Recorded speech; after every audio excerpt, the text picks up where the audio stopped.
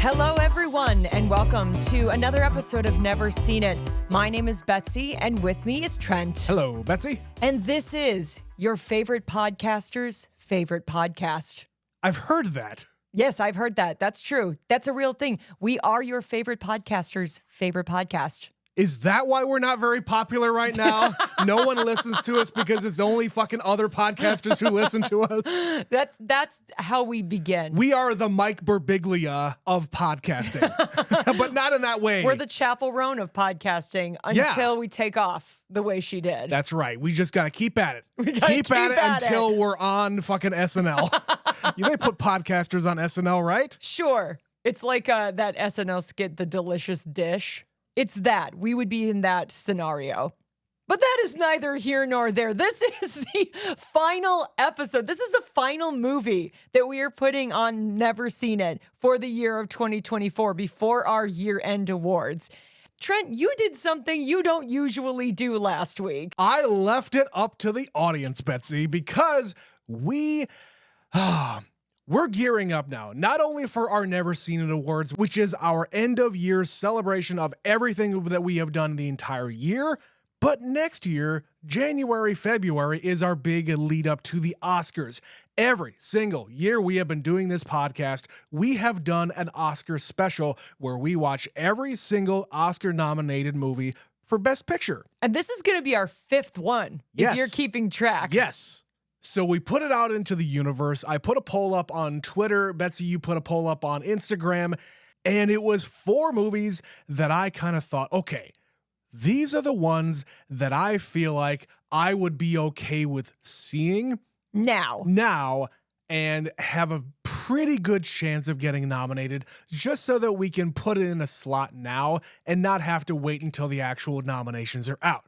And you guys, overwhelmingly, people chose the movie we're about to watch, that being The Substance. And I want you listeners out there to know we heard you. We saw this poll, and we're putting our money where our mouth is. Yeah. So when you see those polls, you should really pay attention, because we might not do something immediately, but I keep track of that stuff. This is a special case, though, where we are doing something about it right away. Apologies for the one person who wanted us to watch Amelia Perez. I'm sorry, we're just not going to do that unless it gets nominated, and it may even be like the first one or the last one that we do.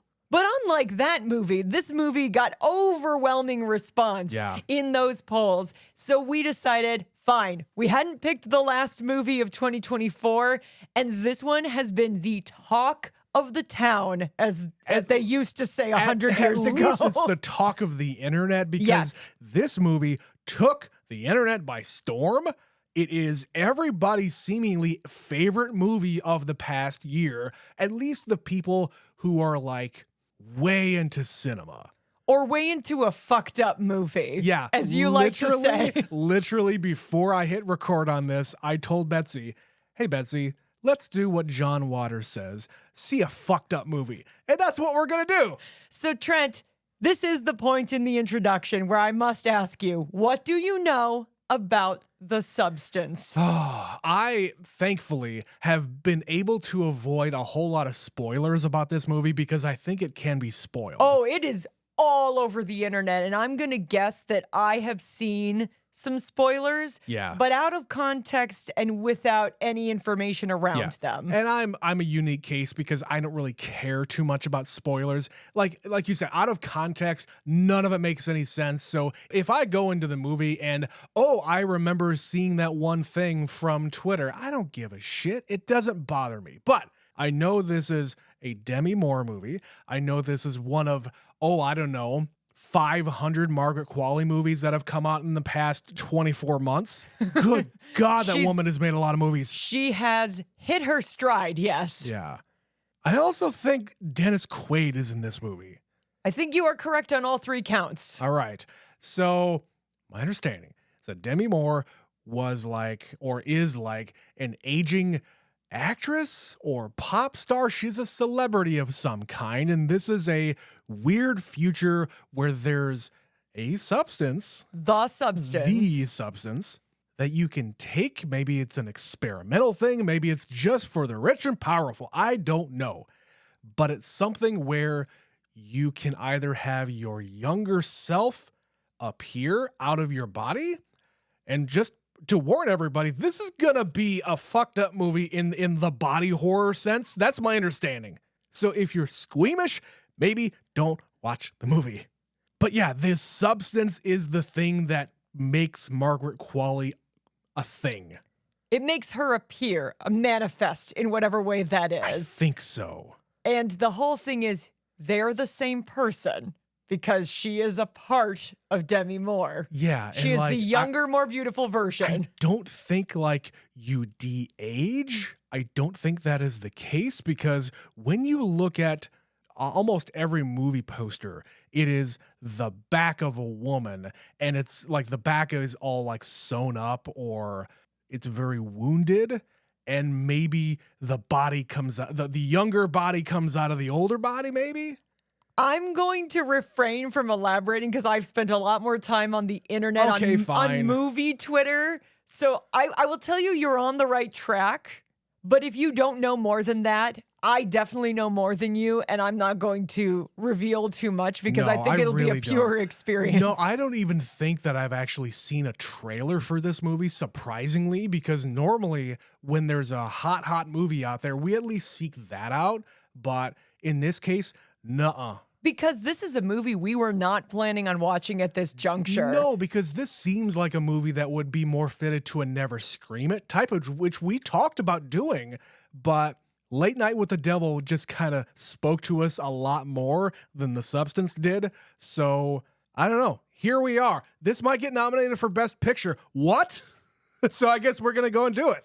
We will see, and we will have a lot more thoughts on this movie after we watch it. So if you voted for this movie, here it is, guys. This is for you. This is for you. We are going to watch The Substance, and we will be right back.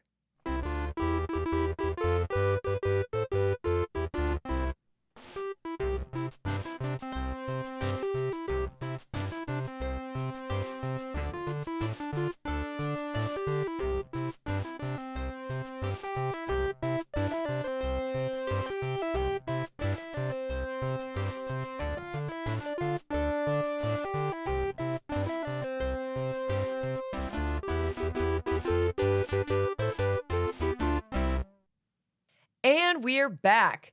That was The Substance, a movie that I think sadly will leave us with absolutely nothing to talk about. No, so thanks for listening. We'll catch you next week. End of episode.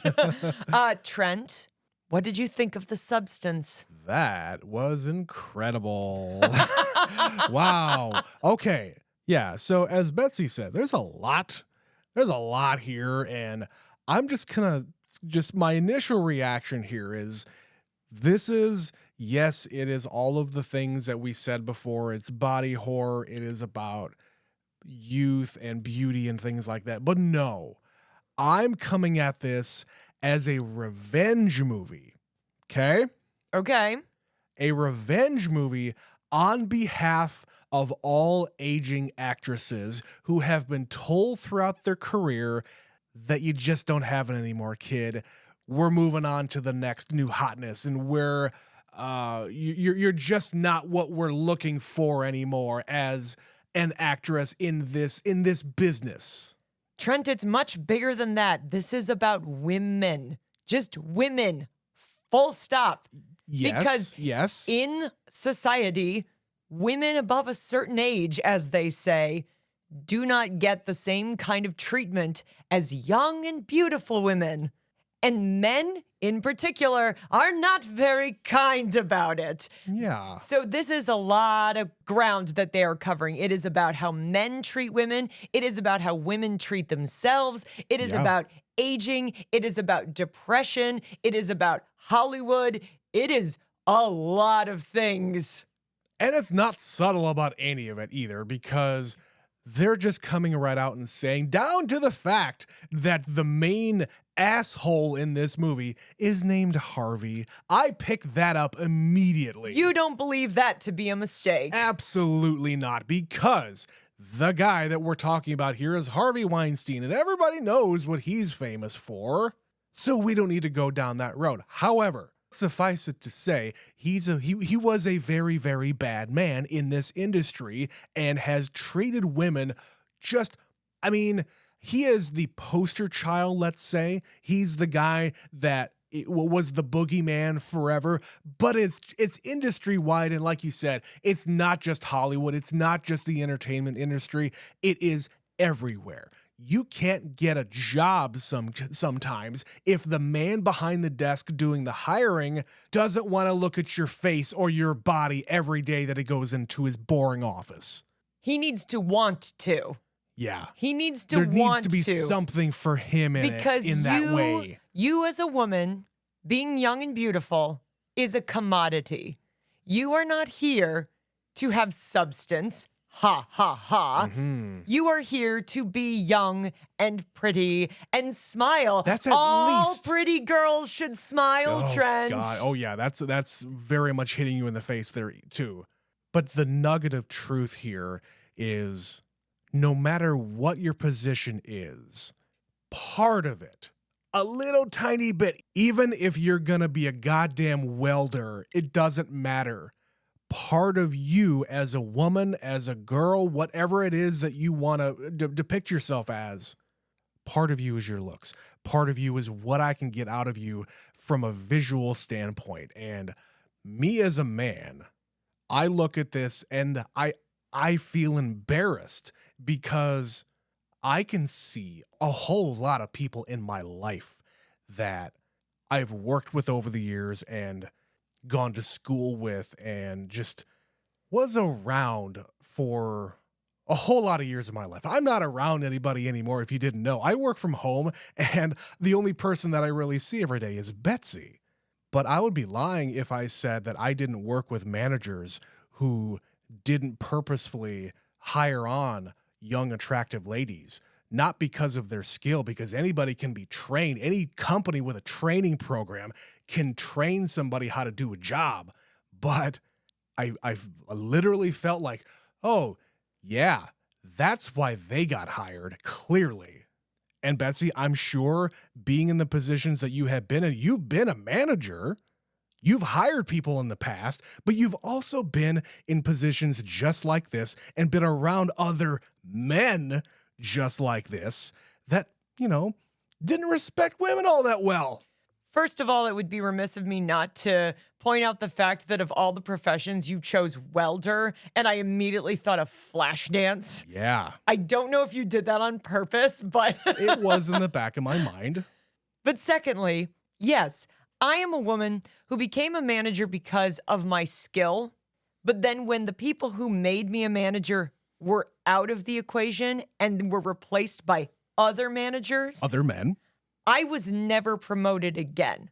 But other people around me were. And they were usually not the women. And I guarantee I am far from the only woman who has ever been in a circumstance where you watched the woman that the manager liked, the male manager liked that woman, but not you, or they just liked men. And you had to sit in that environment and watch yourself be passed and passed and passed by. Meanwhile, you are getting older and older and stagnating in your own existence. Yep. You were working at your previous employer for about 14 years. A long time. Yeah, a long time. And it got to the point where you knew that something had to change. You knew that there was zero further upward mobility. Not that you were even gunning for it. It's just you were never considered. You were in all of the big boy and big girl meetings where all of the main things were discussed. At one time, your name was actually on the company website with a title and everything. But soon things started to move around and they removed your name and you weren't so important anymore and you were no longer invited to those big boy and big girl meetings. So yeah, you can relate to being discounted and pushed to the side and just kept you in your little place behind a desk and not really valued in any kind of way. You were just there. You're always there. You're always going to be there. And I wasn't in any kind of profession that relied on my looks. You know, in Yeah. this movie, Demi Moore's whole thing is she is a former actress, now a TV star who does like workout shows. Yeah, like the fitness craze combination of like the 80s and 90s Jane Fonda tapes, because Jane Fonda, this Farrah is Fawcett. this is very much a Jane Fonda thing, because hey, Jane Fonda did win Oscars. She was an actress, but then she kind of fell off. Who knows why, you know? Except she never really did. It's kind of She a bad did. example. She did, yeah. But she did dabble in exercise videos, which is kind of a bizarre thing for an Oscar-winning actress to do. Right. So I'm sure that that is not a mistake, that this is somewhat in those early seeds, at least drawing from the Jane Fonda of it. Mm-hmm. And it's also apropos that it is Demi Moore, who just turned 62 years old. First of all, she looks amazing. She does. However, she is also an aging actress in Hollywood. And you can tell looking at Demi Moore, she has succumbed to the pressures of being of a certain age in Hollywood. Absolutely. She has definitely done some things to her face to change her appearance. Not drastically. I think she's actually gone back and like had things undone, but that makes her just that much more perfect for this movie. It's the same kind of thing like Michael Keaton was cast in Birdman, which is a movie about an aging actor who was only known for this one thing of it being almost a Batman type. Same kind of thing. It's perfect casting because it's just true. Who better to play this role Yeah. than somebody who truly understands what it means? And can get the performance that you need for a person like this, for a character like this.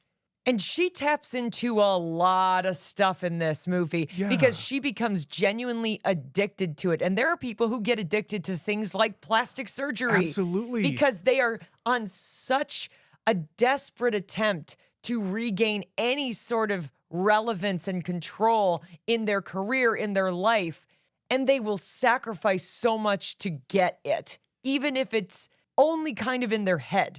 There have been people who go so far and we're all like, you okay? You good? So Demi Moore in this movie is tapping into the psychological stuff too, where it's all depression. Like even if you somehow manage to tap into that thing that makes you feel young and beautiful, the rest of the time you are alone. You are lonely and isolated and have nobody and nothing, and you're kind of a disgusting, depressed mess. Yeah, and in the real world, it's also not just women who get addicted to this kind of stuff. Like I think of a guy like Mickey Rourke who just went way, way down this after he got his big comeback. After The Wrestler, after Iron Man 2, he had his big comeback, and then all of a sudden he got it back. He regained the relevance and everything else that he had when he was younger. And then all of a sudden people started to notice that, oh, he is really starting to age rapidly, because this is the time of your life that this happens a lot. And I don't know what it is. Is it like his people telling him, yeah, you maybe should tighten that up a little bit. Maybe you're not getting cast because of this. Why don't you go off and do this? And who knows if it's his decision or his people's decision. Either way. But the fall came just as quick as the rise. Yeah. Like for a very hot minute, we were talking about Mickey Rourke again, and now we're right back to where we were before. So you're right. It's definitely not just about women, especially when we're talking about Hollywood. Hollywood in general, yes, because I think about this when it comes to Hollywood. And this, I don't think I've ever talked to you about this. When we get these actors and actresses that maybe they had a moment when they're, maybe their 30s, and you see, like, we look up people on IMDb all the time. You are the human IMDb. You say, I've seen this guy in something else, 20 years ago, and you want to confirm it, and then there it is. But we hear about these people. We look them up to see what the hell they've been doing. But then my question is, what are they doing in the interim? I don't know how you can survive financially if you go, 5 years between any job? Whether it be, hey, you have that much time between movies. Can you actually survive in LA on the salary from one bit part in a movie? Or the TV shows that you guest on for a few episodes and then you go off and do what? Like, what are you people doing here to survive? And the thoughts that come to my head is, do actors who know that they made it at some point in their career, do they have it in their head that there is never a possibility in your mind, it will not enter your head that you go get a job, a 9-to-5 job where you earn a paycheck, you get health insurance through your employer, you punch a clock even? Does that even enter people's head?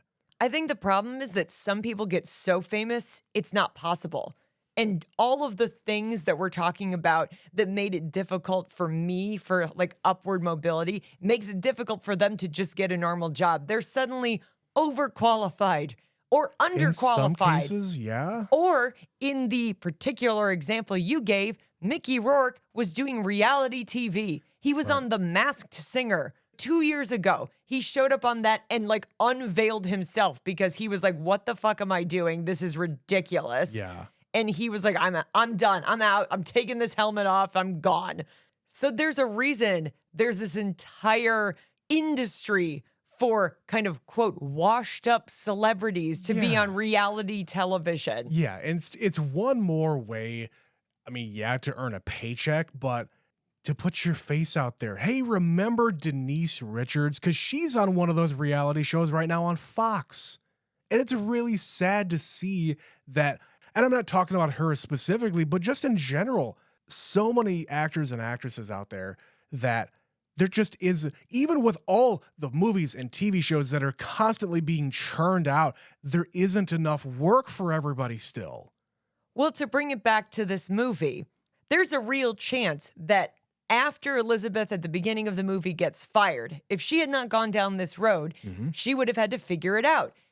And she'd probably have gone down that road of reality TV and things like that. Or maybe not even acting, because it sounds like she doesn't act anymore. Like she was an actor and now she's kind of cashed in on that to build this like fitness empire. Yeah. In this case, she was probably, she's attached to this network and given bit things here and there, but this exercise thing was popular enough to keep going, and it was probably even cheap enough to produce to keep it on going. Like, why would you want to cancel this? It costs nothing and we make money off of it. But then over time, the lines start to diverge, and then you're starting to lose money, and immediately you need to pivot onto something else, something newer, something hotter, and try to recapture what you had with her. Happens all the time. Think about, daytime TV. Think about the morning shows on NBC and CBS. They are constantly churning people in and out because they have so many focus groups saying, I don't like this guy's attitude. I don't like that woman's hair. I don't like her face. Yeah, it's all of this bullshit. But then a guy like Al Roker has been on the TV now for like 40 years. Yeah, a guy like Al Roker. And another guy who struggled with his weight. And he was very public about it. But because he's a man, he's treated differently because of it. Absolutely. When Oprah Winfrey, one of the most powerful women on the fucking face of the earth in media, certainly, struggles with her weight for her whole life, it is just like public scrutiny. Kelly Clarkson is going through it right now, where definitely. she was very thin when she was, 19 years old and became famous. Of course. And then she became a mother, and she's only a little bit older than us. So she's, a middle-aged mother. Yep. She looked like a middle-aged mother, and now she's gotten really skinny again. That is a lot of like outside pressure telling you to do that, but also internal pressure, which is something this movie is definitely good at showing, because when Elizabeth is awake, she has 7 days over and over again to do whatever she wants with her life. And she sits on her chair and watches television. She barely showers. She doesn't get dressed. She's always in a robe. She makes a mess of her apartment. And it's because she hates herself. She is depressed and in a really dark place, and she is lonely. Yeah, it's a whole thing about drugs too. Like, okay, I got my drugs. I'm going to go on this bender and I'm going to feel great. The high highs and the low lows. And then you hit the lows, man, and you cannot even step foot outside because you feel it so intensely. but then you get your next fix. You know when you're going to get your next paycheck, and you're just waiting with bated breath to get that next fix. And then it's here, and you're having a grand old time you never want it to end. And then when we see Sue, she is sparkly and young and fun and happy and bright and pop, and it's everything that Elizabeth isn't. And what she used to be. And what she used to be. And the two of them cannot stand the other version of themselves. She's disgusted by the other one. Because they keep separating themselves as two different entities, even though they say from the beginning, you are one. You are the same. Yep. You have to remember that, or this will not work. To the point where Sue drags the body of Demi Moore in, like she makes a little hidey hole to hide the body so that she doesn't have to see it every time she goes into the bathroom. Oh yeah, it's that thing of addiction and depression where you just sort of compartmentalize it. Yes. That dark secret that you have, that dark thing that you can't share with anybody else. Out of sight, out of mind. I would love to watch this movie with a psychiatrist. Or maybe not. Maybe I don't. I think it would be really interesting. Like all of those things that they can analyze here and be like, these are classic symptoms of this condition. And the way you metaphorically do it, we are seeing literally. Yeah. And I don't know if this is coming from the director, like if she has struggled with things like this or knows people who have, because I think every single person knows somebody who has dealt with depression. She's at the very least been in the industry for a long enough time to see it. I looked at her page and she's been in the industry for about 20 years now. So at the very least, she's seen it through other people. And I go back to what I said at the beginning. This is a revenge movie on behalf of, again, this is my assumption, on behalf of the people who have been victimized by this industry. It's also the horror story of kind of being haunted by yourself. Yes. It's like the ghosts of who you used to be and the thing that you want to be. And even though they are one and the same, there is this literal separation that happens, and you cannot accept that these parts of you are both a part of you. And you also hate that you need it. You hate the fact that you love being Sue so much that it pains you to have to go back and spend a week as yourself. Even though Sue is literally destroying you, and you know she's destroying you, you don't acknowledge that you're destroying yourself. You cannot accept that every time you give into this addiction, it is ruining you deeper and deeper and more. Yeah, and it again, is also just a mental thing. None of this is really affecting you physically until she starts to cheat. And if Elizabeth had been trying to demonstrate that she gave a shit at all about herself and her life, I don't know if this balance would have gotten so imbalanced so quickly. Because Sue just kind of does it because at first she sees this pathetic figure on the floor and thinks, I can buy myself a couple more hours. What's one extra hit? Right. It's just a little bit. That's how the addiction starts. But then it turns into more and more and more. And she gets so repulsed by the scene that she always wakes up to. It's like living with a bad roommate where they don't clean up after themselves and you are sharing a living space and you just cannot live with this person anymore. But in this situation, it is yourself. And the two of them cannot ever unite that thought that they are the same person. They come from one being. They cannot exist without the other one. Yeah, and we get that reinforced every time the voice kind of replays in her head. When she even gets on the phone to talk to the substance headquarters, she has a hard time with the pronouns saying me and her, her or I us, yeah, all of that stuff.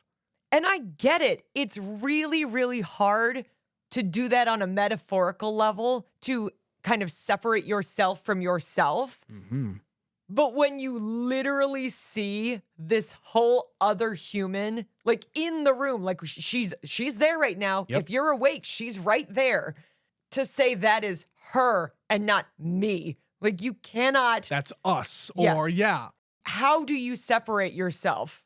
Or how do you unite yourself, I should say? Yeah. And the fact, I mean, I know it's a movie, but the fact that this basically, the breakdown, if I can call it that, the breakdown happens over the course of what, like 3 weeks, where they go back and forth with each other.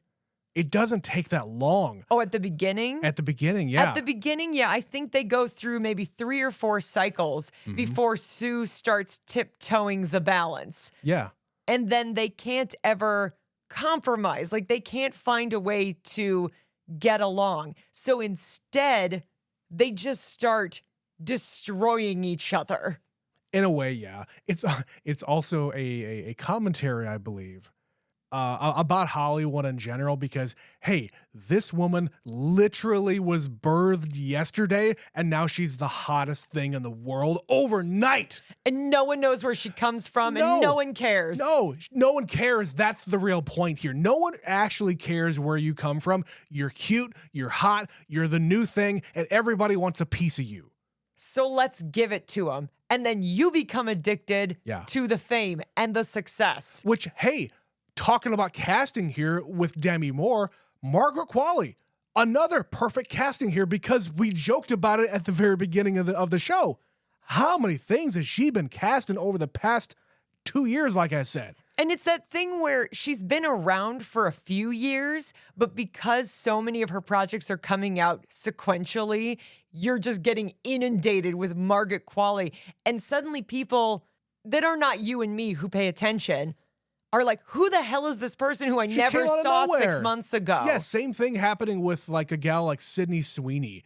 Suddenly she is the most in demand and making the most money in Hollywood. Where the fuck did she come from? Even though they've been working hard. You know, in their situations, they've been around and working. But it's until Glenn Powell on the male side, too. Yeah. He's been around for like 7-8 years, and nobody paid attention until it's just like Top Gun comes out. Top Gun Maverick was kind of the thing where it's like, who's that guy? That guy? Who is he? And now he's starting to get starring roles. For us as the viewer, or like the casual viewer, I should say, somebody like my parents who don't go to the movies that much. Yeah. They see someone like Margaret Qualley or Glenn Powell, and they have just appeared out of the sky. They've not been doing anything. So it is kind of an interesting thing you're saying there, where she literally was born yesterday. And now she is like the most famous person in the world, and everybody just accepts it. She's just here.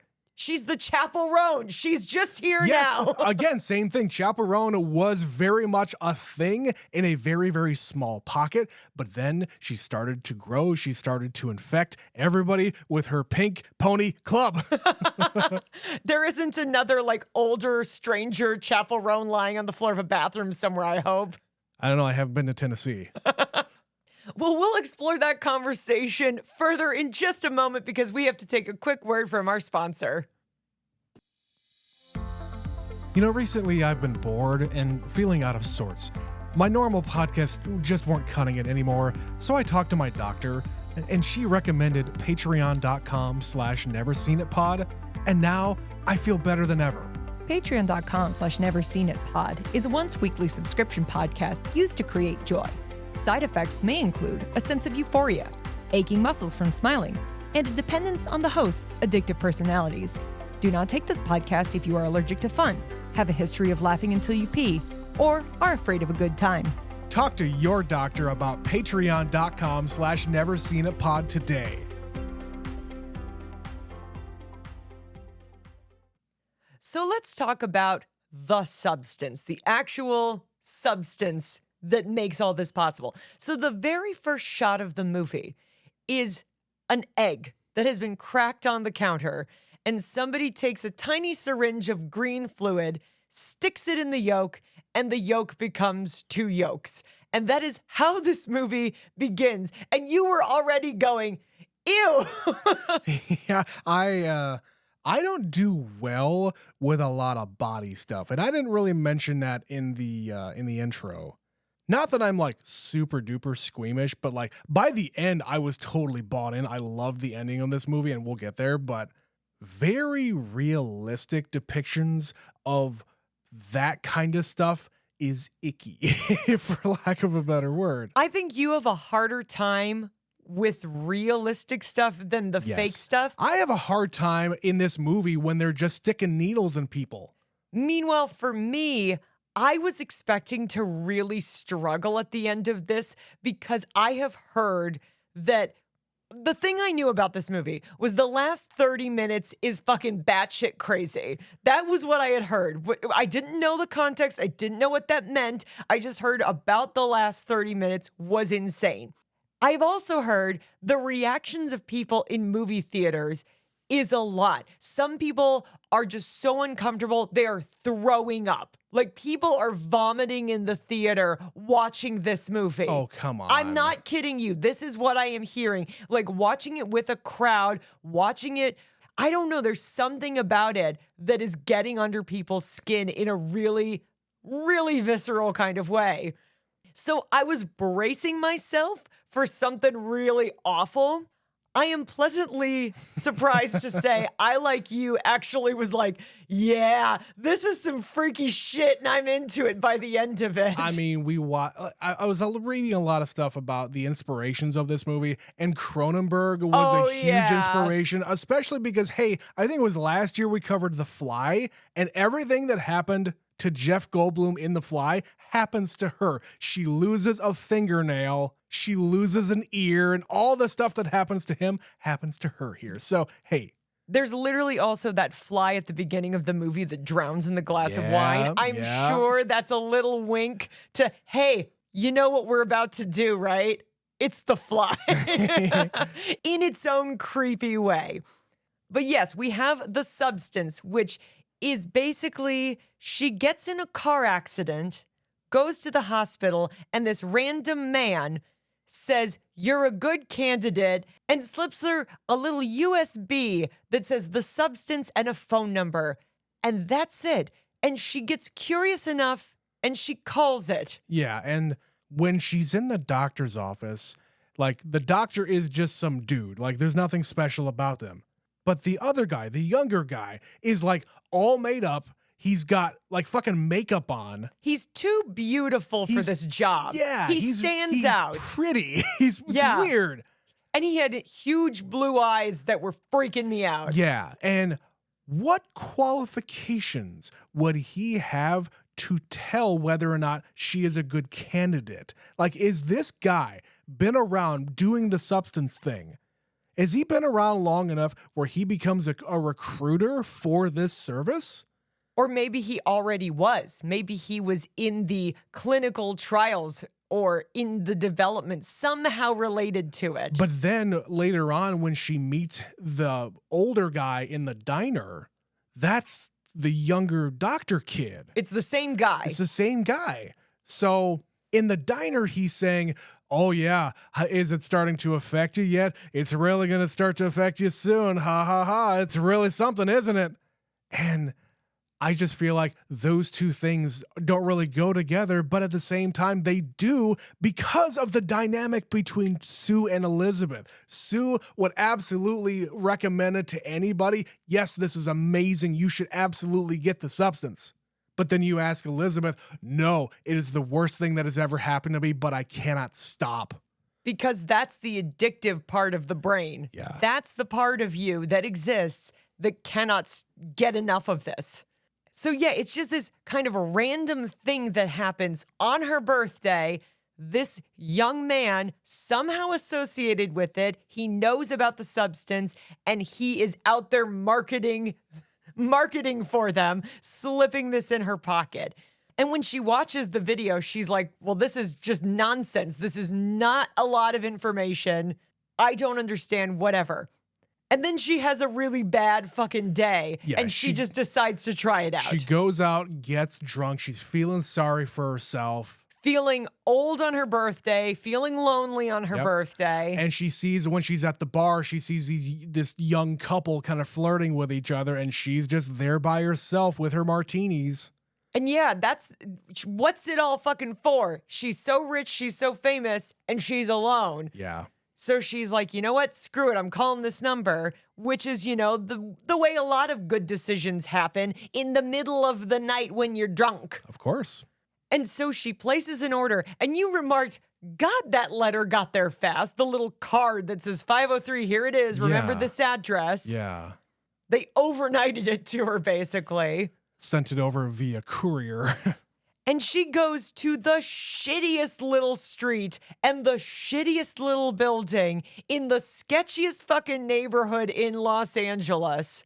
Yeah, I remarked when we were watching this, like, okay, this is one last indignity that you have to go through in order to step over to the new world, the other side of the tracks. How much humiliation are you willing to endure? Yeah, where you to have get to this? crouch and basically crawl into this building in order to get your fix. And then there's just this really bright, sterile room with lock boxes. Yeah. And that's where she gets it. And then when she gets home, she opens the box and it's laid out fairly simply, but also there's not a lot of instructions. So I was kind of impressed that they both knew how the fuck this was going to go down. Yeah, we haven't done any of these services before, but hey, if anybody wants to sponsor us, hey, we're available. But those meal prep things where they send you the shit in the mail and it's extremely simplified. Like step 1, do this, put this bag into a pot of boiling water and do this then. And yeah, it's very easy for people who don't cook. And that's kind of how I feel like this is presented. Step 1, this is the thing you got to do. Please discard this thing. You're only going to ever use this once. She doesn't follow that instruction. Step 2, this is what you do. The things that I feel like a good company. I don't even know if this is a company. There's no money exchange here. What's going on there? It is so fucking vague, but this is how desperate this woman is. She's just like, I got a random stick from a random guy with a random phone number. I'm in a random alleyway somewhere. These are the things that come to my mind. Here's some green goo, and I'm going to stick myself with it because that all makes total sense. Totally. And they don't explain, okay, this is the sensation you're going to be feeling. Maybe put down like a pad or some blankets or something because you are going to smack your fucking face on your floor. Sit down, lie down, Right. Be ready for it in some capacity. Right. Maybe be a little bit more explanatory about what's going to happen to your body. Because they also don't really explain. You're going to have to, you as this new person are going to have to sew up your spine. What? Yeah, your first act after being birthed, you're covered in goo on the floor of this bathroom, Yep. is to stitch up the spine of the person who just birthed you. So you were kind of getting there in the intro. Yeah. And I'm going to guess you sort of figured this is what was going to happen by the demonstration of the egg yolk that split into 2 egg yolks. Not Did you for think that. did you think it was going to be this literal where there was like just an arm coming out of her back? Literally with the movie poster and it being all stitched up like that, I figured that's how it was going to happen. I didn't know she was going to be all fully formed and ready to go. They give you just enough to know what's happening without it being like so over the top this early in the movie. Because when she splits open, there's another back there. Immediately after you can see inside of her, clearly that's another spine. And then just an elbow and an arm, Yeah. and then she's out. And you don't see the act of her crawling out. Thank God. Like I said, I think that early in the movie, people haven't quite bought in yet. Yeah. You got to keep You gotta priming that pull pump back a little. bit. If you're still there after 2 hours, you deserve to have the blood fast. And then the second step, so it's activate, stabilize. So Yeah. she has to like draw out spinal fluid, which again, you're not a medically trained professional. There were not instructions on how to do No. this. How did you even just instinctively know that's what you needed? Yeah, and I know it's a movie, and you have to skip over some steps here in order to, get past, oh my God, there is a fully formed adult woman coming out of your back. And this adult woman knows how to use all their muscles. They know how to speak. They know how to walk. They know how to do pretty much everything because they are you. your consciousness is transferred over to this other body. That's the thing that I wish I understood a little bit better was, where do you go during this time? Because I don't think it exactly is her consciousness. I don't think that Elizabeth knows what the fuck Sue is getting up to at all. Now, having actually watched it, I think they have two separate consciousnesses. They just share a body, a life form, an existence. I don't agree with that. Then how is it that she's not able to control Sue? Is it just because it's metaphorically they have this complete separation of mentality where she's just so self-destructive that she doesn't give a fuck? I mean, I don't know much about, brain chemistry or anything, but when she is Sue, she's maybe reliving part of her own life when she was that young and beautiful and whatever else, where she's subconsciously pushing away all of the memories that she has gained over her life, and she's making brand new memories as this new person. So, like, if the 19-year-old version of myself burst forth from my body without all the knowledge and memories and connections to who I was between 19 and almost 40. I mean, it's there, but it's being blocked. That's, I think, is really what I'm trying to say here. Okay. I think it's kind of open to interpretation, but I think it's mostly because metaphorically she has a split of self as well as a literal split of self that they don't coexist in any way. I don't think she wakes up. No, they don't coexist at the same time, obviously. But she doesn't wake up with Sue's memories. She doesn't know what the fuck Sue's up to. She just wakes up with a fucked up finger one day going, how did this happen? Somebody's not respecting the balance. And it's her fault.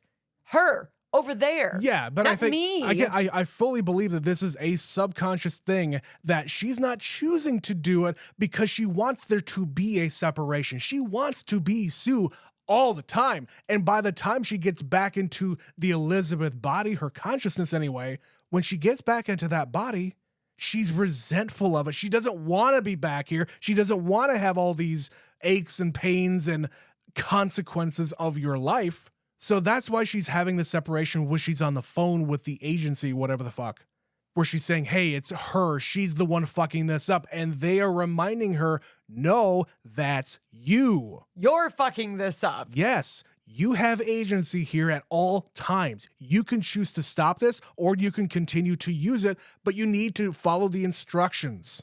Quit complaining to your drug dealer that you don't like the drugs you're on. Right. You need to follow my instructions and you're going to have a great time. Which is why, hey, if you ever are trying drugs for the first time, you need to have a spotter. Have somebody there who is willing to help you along on your trip. Controlled environments. Absolutely. Not that we would know anything about that. Go over to our Patreon and you'll hear a story about that whole aspect of our lives. But back to the substance. So the third step, there are literally 3 steps. It's activate, stabilize, switch. That's simple. Respect the balance. You get 7 days. You hook them up to their little food drip. Their food bag.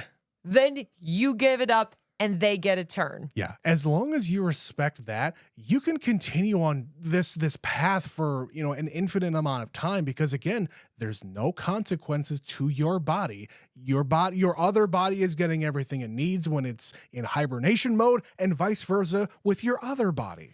But I was thinking about this at a certain point. If let's say somehow they manage this, like they find a perfect coexistence where they are both happy and they can live 7 days each. They're both continuing to age. Yes. They will both get older. Even Sue, I assume, existing as a genetic version of Elizabeth, is going to get older and turn into Elizabeth. So that's like the fatal flaw of this plan, that they're not thinking about the future. They're thinking about the here and now. Yeah, and there's got to be some other kinds of consequences if we really wanted to go down this road, because you're literally on the floor basically rotting. Like, you're a vegetable. you are a vegetable. You need to be moved so that you don't get bed sores. And like, do you continue to age week by week by week, or are you aging any more rapidly? Who knows? Or is this, stasis that you're in, is nothing happening to you? Does that stop the whole aging process? I also want to know, how quickly this change is happening as Sue is getting greedy. Like, that's where the movie really turns, where Sue she just wants just a little more time, a couple of hours. Yeah, at first, she wants to have sex with the motorcycle man, but then by the end, she decides, you know what? No, I'm never going to go back into that body. I'm going to extract as much spinal fluid that I possibly can into these mason jars. Every glass I have in the house. So first it's like a few hours. Then it's, I just need one more day. I need a couple more days. I need a week. We're doing so well. She's justifying it by saying we. In that scenario, she's like, I just need a little more time because we're in this together because I need what I need from you in order to continue on doing this. And Elizabeth has no say in the matter. It's not until 3 months later she finally gives it up. And she's like, okay, we'll swap. And at this point, Elizabeth wakes up a fucking old woman. Like, she is a hunchback and she is no hair. Did you know that was going to happen? No. I mean, I could have surmised that, sure, when the finger starts to rot and then the entire leg starts to rot and her hair starts to turn gray and her teeth go bad and it became a lot. But no, I mean, obviously there was going to be a consequence here if she kept her on it for the 3 months and didn't do anything. But I figured, oh shit, she's maybe just gonna die and there's not gonna be any kind of, monster show here. I do like that there was that middle section where she wakes up and she's like, one leg is old and half of her face and her hair is crazed. Yeah. And at this point, she is just angry. She's kind of working through these 12 steps of, now I'm just fucking angry that the balance is so off. Let's step backwards a little bit here in time when she's feeling real bad about her finger and she decides, I'm going to call Fred, the guy who stopped her as she's coming out of this hospital after she got the thing. Someone who knew her before she was famous. Yes, and she was complimented by the guy, and for the most part, she's doing her celebrity thing where they're like, okay, please go away now. I don't actually know you. But then she got it in her head. Man, Sue's having such a great time. She's young and beautiful and hanging out with boys. I want to be something like that, where this man made me happy. He told me something that made me happy and made me feel like what I used to feel like. So I'm going to call him. I'm going to set up a date. I'm going to get all prettied up. Now, this is where I think you need to hop in here because I don't have these feelings when it comes to, hey, I'm going to get prettied up for a guy, or I'm going to put on makeup, or I'm going to put on a pretty dress. I'm going to show off my body, things like that. It basically is the specter of self-doubt, but again, manifested in a young, beautiful woman, both on the floor of your bathroom and on a giant fucking billboard outside of your apartment. That specter is omnipresent here. Yeah, she can't avoid it. So she's like getting dressed and she's actually excited about this date and she likes the outfit she has chosen. She's feeling pretty good about herself. She's about to walk out the door and she sees her lying there in the bathroom. And she's like, oh, well, her makeup is this way. Maybe I'll redo my makeup. Then she's about to leave. And then she sees the billboard and it just keeps itching at her. She also sees the reflection in the doorknob as she is literally about to walk out the door and she has to do it again and again and again and again. She starts to cover up. She starts to take all of her makeup off and completely redo it, make it really, really intense. And it just gets to the point where nothing will ever be good enough. And that's not just something that society is telling her, but she's telling it to herself. She will never be good enough. That's more what it is she in this moment where she could find a way to make herself happy, to at least try, Yeah. she freaks out and she completely goes backwards. And yeah, she has like so much makeup on and she overcorrects basically. But then she starts to panic. And when she panics, she's just like, well, I'm not going to fucking go at all. There's no point. I'm too old. I don't look beautiful. I don't feel beautiful. He's not going to like me. I don't like myself. Fuck it. I'm staying home. Right.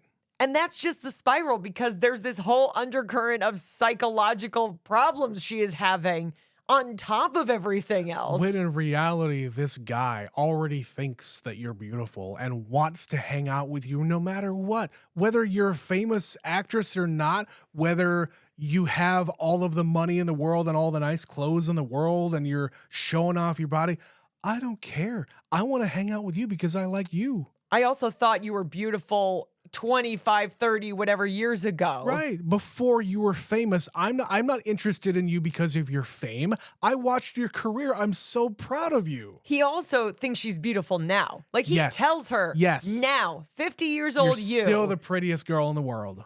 But she doesn't believe it. And that's her downfall. Because she doesn't believe it, everything else in this movie that's really fucked up happens. The thing that she actually loves and respects is her fame and what she gets out of being famous and, on billboards and everything. And what other people think of her. Yes. She And doesn't have the because- self-worth. Because all of a sudden that starts crumbling down around her, nothing that anybody else says is ever going to be legit because it's not the thing that she wants it from. It's not from that source she wants it from. When it should be from herself. If she could Yes. just get there herself, maybe it would be different. But she cannot. She's addicted to this fucking quest. And when she wakes up with a hunchback and titties to her knees, she finally says, I want out. I want this to be over. And so they say, okay, they mail her final kit. She goes and picks it up. And it's just this black, angry looking syringe that says termination. Termination. And she doesn't have the guts to go through with it. She is so close. It's almost done. And she can't. She suddenly decides, no, we've worked too hard, even though we haven't. She has separated herself from herself so much that Sue is getting the fame and the glory, and you are literally wasting away on the floor of your bathroom. And Sue only finally cracked and swapped because she took all of your fluids, drained you to nothing, and when she called the number was told, your experience is over. Well, there's got to be another way. You need to switch. It's quite simple. They have made this so easy for both of them, and Sue cannot handle the simplest thing because she just doesn't want to be that. She does not want to be that version of herself. Yeah.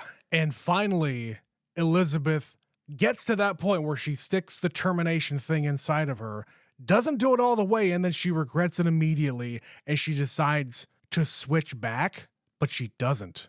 Both of them wake up. Did you also notice here in this sequence when they're both awake, their movements are almost completely in sync? The way they move their legs as they're kind of recoiling from each other, almost exactly in sync. I didn't, but yeah, I'm sure they were. Because it's one mind that is operating inside of them at the same time. I don't know how.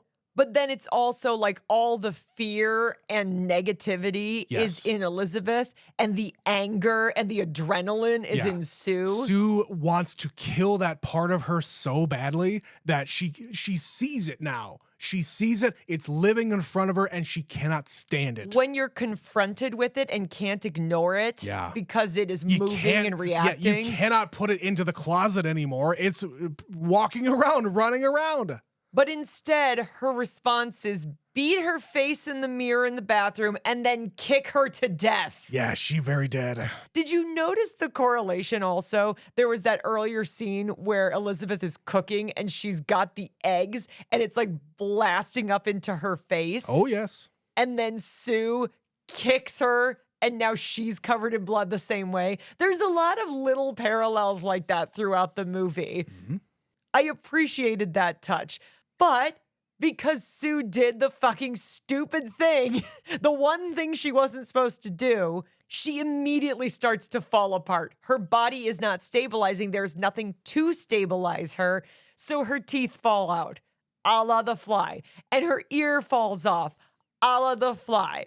Did you think she was going to do what she did next? Yes.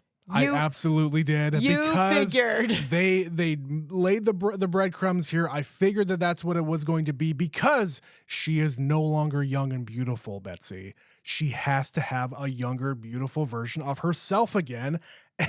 And it didn't work. And because it didn't work. Because she's an addict and she doesn't follow simple instructions, she kept the activator. She kept it because they said use it once and throw it away. But no, gotta keep it in a drawer somewhere just in case I need to activate again. No, you activate once, full stop. That's it. You cannot. But she's a different person, Betsy. You it should be cannot fine. multiply yourself and then multiply that version. It's like making a copy of a copy of a copy on a copier. You know how maybe this is a bad metaphor for young people who don't have to use physical media. Xeroxes. If you take the thing that you printed from the computer and make a copy, it looks pretty good, but not as good.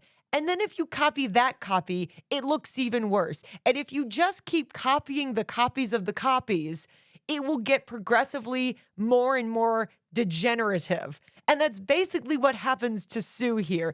Elizabeth becomes Sue, becomes Monstro Elizabeth Sue. Monstro Eliza Sue. Monstro Eliza Sue. Let's just keep on saying it. Monstro Eliza Sue. And I figured there was going to be something like this in this movie where something got abused.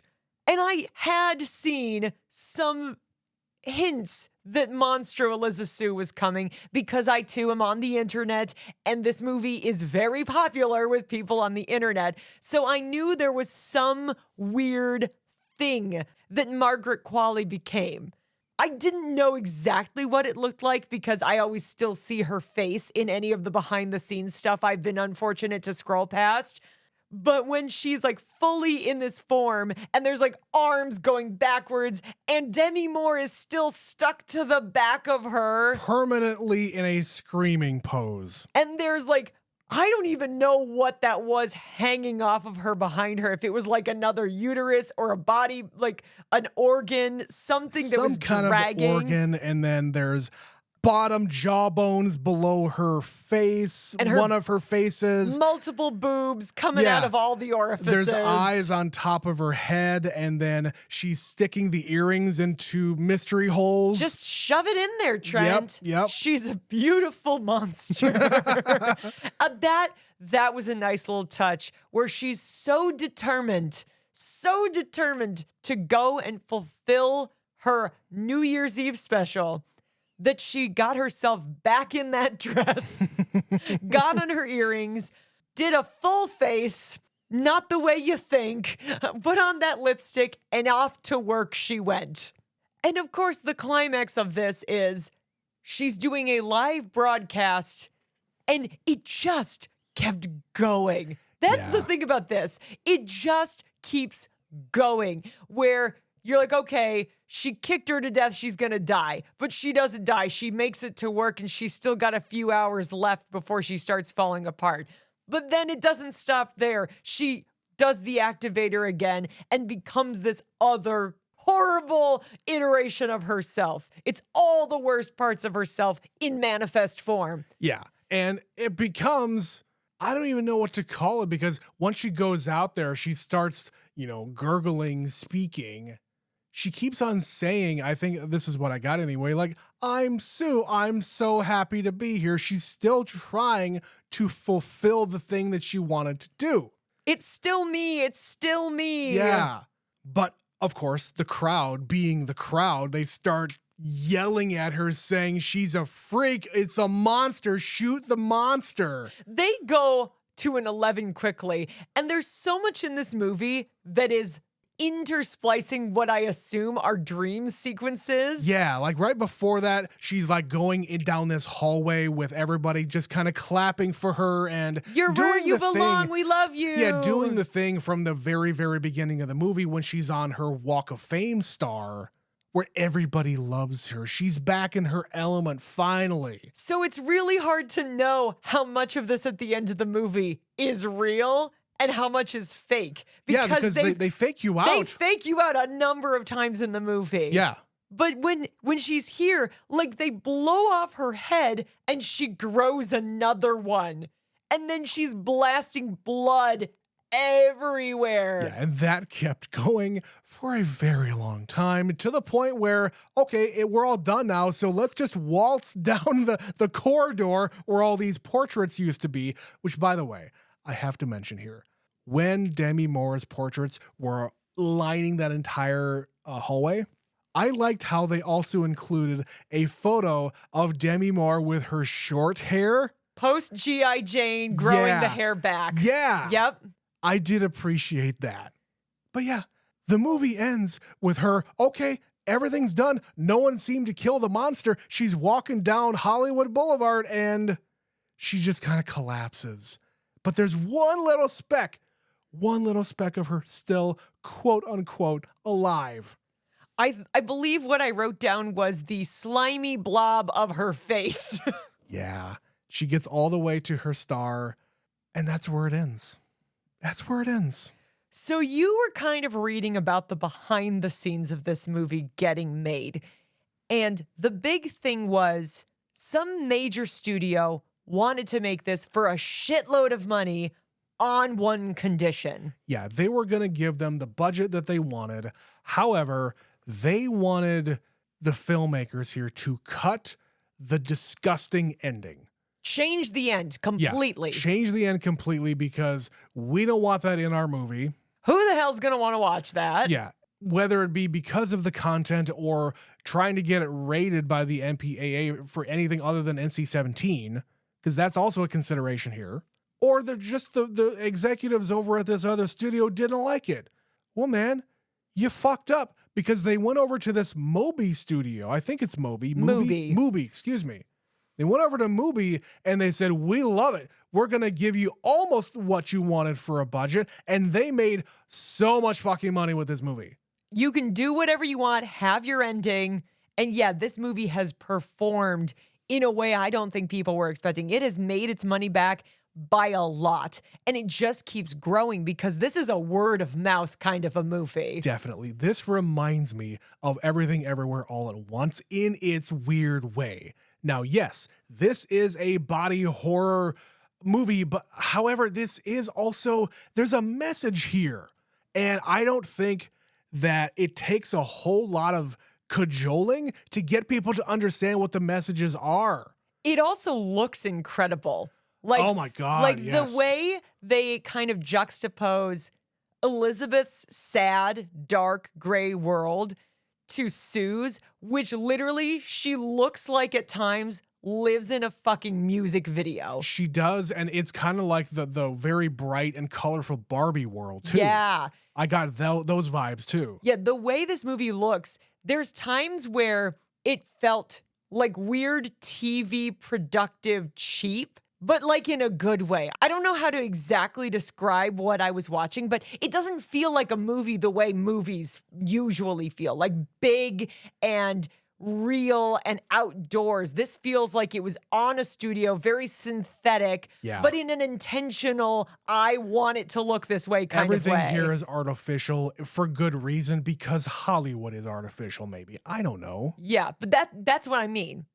That's a good word for it. Artificial, but on purpose. But that absolutely goes with the story, so it totally makes sense. And then you've got this whole special effects makeup team going to fucking town. And there's like a tiny bit of special effects where it's like when Sue is birthed into the world and like the weird bubbling of the flesh and stuff like that. Sure. But there's a lot of practical effects. Like Margaret Qualley spent hours in a makeup chair under a bunch of synthetic crap to be the Monstro Eliza Sue. Demi Moore as well, like when they make her up as this old version of herself before and after she becomes the hunchback thing, you can absolutely still see and hear Demi Moore behind all of that makeup. And it's really incredible how she's able to act through that. Which brings us to the conversation of part of why we wanted to watch this movie when we're watching it. And that is Oscars. So this movie, I would say 3 months ago, was not going to be in this conversation. It was going to be like a Hereditary where everybody who was into this genre fucking loves it, but it gets nothing. It gets completely snubbed.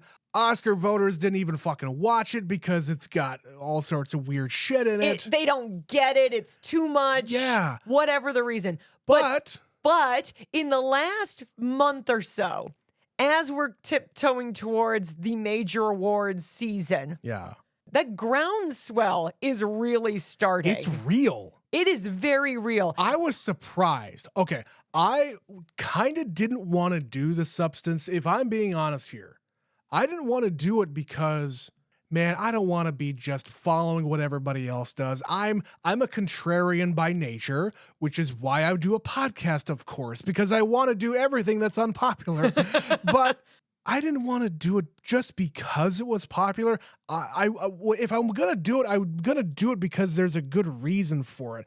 And we as a podcast don't really do genres. We cover movies that we want to see that we haven't seen yet. And you just didn't know anything about this movie to even really want to see it. I didn't know about it, and we would save a movie like this for Never Scream It. I said this before.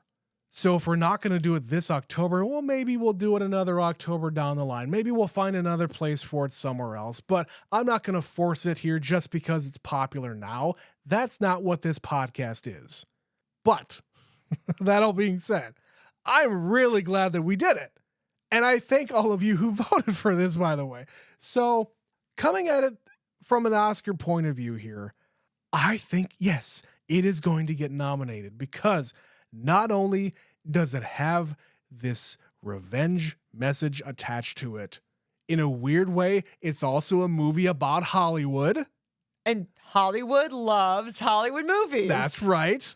They take it so seriously that at no time did I feel like they were trying to wink, wink, nudge, nudge. This is something funny. You need to laugh at it. No. Yeah, the movie's only vaguely funny. It's very in dark. A sick way. It's funny in a really sick way. But I love it though.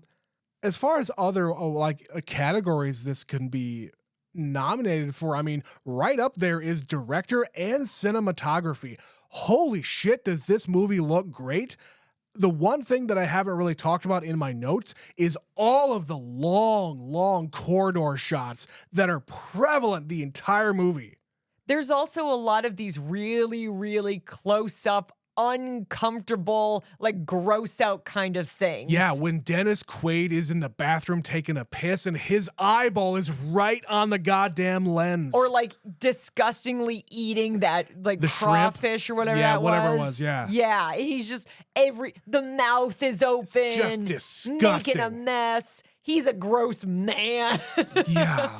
It's all that stuff where it's extreme, but you don't get that extreme without an intentional choice to be that extreme. Yeah. So yeah, I think she's definitely going to be in the conversation. Her struggle is going to be her struggle. Right. The same struggle that it always is whenever women are in the conversation for Best Director. But you know what? I think the message in this movie might have to break through. If it doesn't, then everything's fucked.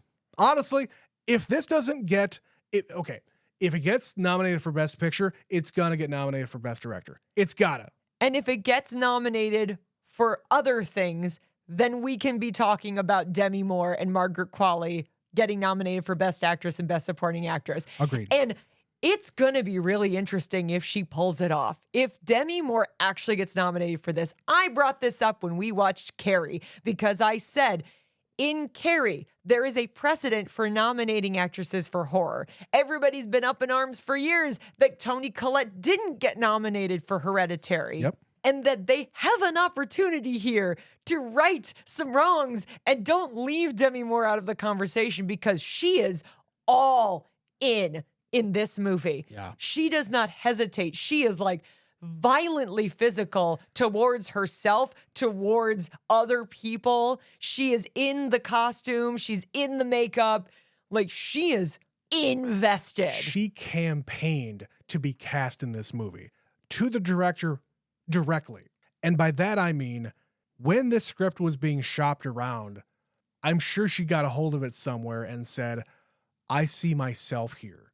Because she went to the director and says, I want to play this part, and this is why. She gave the director a copy of her memoir from like 5 years ago, where she talks very personally about her own struggles in her own career with her body image, not only early on in her career, but later on as well. So she can absolutely relate to this, and I cannot think of another actress that this would have been better for. At least somebody who is willing to go through all this shit. Because when the movie is about feeling ugly and feeling depressed and unloved, and you have to be willing to transform into the ugliest part of yourself. Yeah. Like, not every actress is going to be on board with this kind of a transformation where it's just like, yeah, you're going to be in the makeup chair for a lot of hours. Not only that, but you're 61 years old, I think. 62. So whatever. You're also going to be completely naked on screen. A lot. Yeah, there's a lot of being naked in this for both actresses. You're laying on the floor completely naked, and she was pretty self-conscious about it because, hey, why wouldn't you be? But because apparently, she's 62, and again, Hollywood judges women for absolutely, everything. Absolutely. And Margaret Qualley being on set also completely naked made her feel very comfortable with herself because, hey, if this gal can do it, I can too. God, that must have been miserable. Fucking cold tile. Oh my God, yeah. Naked filming. Wow. Yeah. Commitment. So we'll see what's going to happen with those. Do you think that the score has a shot? It's like a weird, it's a weird one. Besides the 2001 theme as she's walking on stage. Wow, what a choice. Everything else is that electronic theme I love that you the hear music. through the whole movie. I love the music in this. It's so punchy. It's ominous, but also fits the like weird pop vibe, like that electro pop thing that Sue brings. Yeah, so that's maybe more of a long shot, but not impossible. Editing, very possible. It's going to be thrown in there as well. Makeup. Well, yeah, obviously makeup. Costume. I don't know about costumes so much, but makeup. Costume, no. And then original screenplay. Yeah, I feel like this so. has got to be one of the most, if not the most original fucking movie that I have seen advertised this year. Like just out of context, I usually know what movies are, and if they feel like they're super original, just based on what you hear about them, this is an original movie.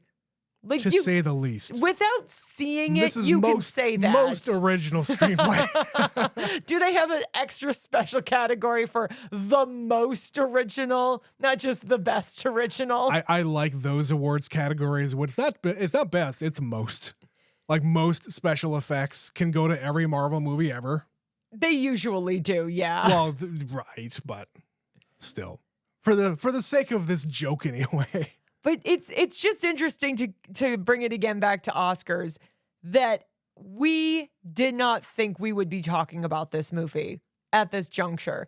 And before the Oscar nominations come out. Right. And maybe we're doing this and it's all for naught. And there's going to be a big fucking disappointment come January when the Oscar nominations come out. But I don't think it's going to be. The way things have been going for the awards cycle, just the Critics' Choice Awards and the Directors Guild and all of these different things that are coming out. Like I said, I was very apprehensive until I started to see all of these other nominations, not just for, actress and the technical stuff, but no, Best Picture is up there in, I think, every single major award so far. Because how this works, you vote for what you loved. And if enough people in enough places loved this movie, it's got a shot. So we've got another month or so before we find out for sure, but we'll see come January. Not even. So, Trent, before we wrap this up, do you have any other things that you want to talk about? Anything we didn't touch on? Because there's a lot in this movie that we could go on long tangents about, but this would be the longest podcast we've ever done. Well, because of that, I will keep mine brief. So subtlety is not really the forte of this movie, let's say, but I did appreciate when they sent Demi Moore home. She's fired, she's done, she's no longer working at this station. She's done. They send her a bouquet of flowers to her home with something to the effect of, "Thank you for all of your years of service. Quote, you were amazing." Now, I focused in on that word immediately, but then the movie just punched it right in your face. So yes, the subtlety, not there. But yeah, that right there is such an insult. You were amazing. Not you are, not you've been, you were amazing. Meaning you're not amazing anymore. You're done. Because after 50, it all, like he couldn't even finish that fucking thought. What happens at 50? Well, No, no, I don't know. Like, are you saying menopause or just after 50 as a woman, your existence and your importance is not relevant to the conversation anymore? You are worthless in a lot of different senses of the word. You can't make children. You're not beautiful. You're too young to be old and you're too old to be young. So what do we do with you? You cannot attract. And I understand that this is coming from a business standpoint and that sucks, but you cannot attract the demographics that we are trying to attract. If you have a conversation like that to a person, it's a lot more understandable. However, they do it in such a bad way that you can't help but feel the feelings that she was feeling. Yeah, this movie's not subtle, Trent. It's not subtle. Yeah, that all being said, yeah, not subtle. But no, that is all I really had to say here. I'm gonna have a really hard time. If this does get nominated for Best Picture, and I hope it does. If it does, I'm gonna have a really hard time putting this on a list and ranking it because fuck, how do you compare this movie to other things? That's a fine question for another day. Yes. That's a future Trent kind of problem. Yes. I hope future Trent, however, does not burst forth from your spinal column. But that is going to do it for The Substance. Thank you again if you voted in our online poll. Yeah. And as I said, keep an eye out for those things because if you're loud enough and aggressive enough about what you would like us to cover when we put those polls out, we might just do it. Let this be an example. So please interact with it because you might get your way like you did today. You're welcome. That being said, I assume you have seen The Substance if you have listened to this episode and you voted for it. So please tell us what you think about this film in your own words. Email neverseenitpod@gmail.com. We're going to forego the emails today just because we are talking at length about this movie. Yeah, you don't want to hear us talk anymore because you were already hoarse. We're also running out of steam. Yeah. But yes, please send us those thoughts. If you don't want to send us an email, you can reach out to us on any of those platforms. We do look at those messages as well. If you've enjoyed this episode, you might even enjoy more episodes by going to patreon.com/neverseenitpod, where we have a number of additional weekly shows that we put out on all kinds of movies. We have just about finished our entire first year of shows over on Patreon. So there's a lot for you to listen to. Yeah, one more episode coming out this Wednesday. And stay tuned for some developing stories on that. We've got a new year. We may have some new things that we want to tell you about. So listen out for any updates on that endeavor. Especially if you like a movie like The Substance. That's all I'm going to say for now. But that is going to do it for The Substance, which means, Trent, we have finished our final movie for Never Seen It 2024. But we ain't done yet. But we have one more week to go. That's right, folks. It is time for our very favorite annual tradition. It is time for the Never Seen It Awards, where we will be revisiting all of the movies that were first-time watches for each of us this year. Not only on the Never Seen It show, but all of our Patreon episodes are also eligible for all of our awards. So come back next week where you'll hear all of the things that we loved or maybe didn't love that we watched in 2024. But until then, this is going to do it. Thank you so much for listening. My name is Betsy. And my name is Trent. And we'll see you next week.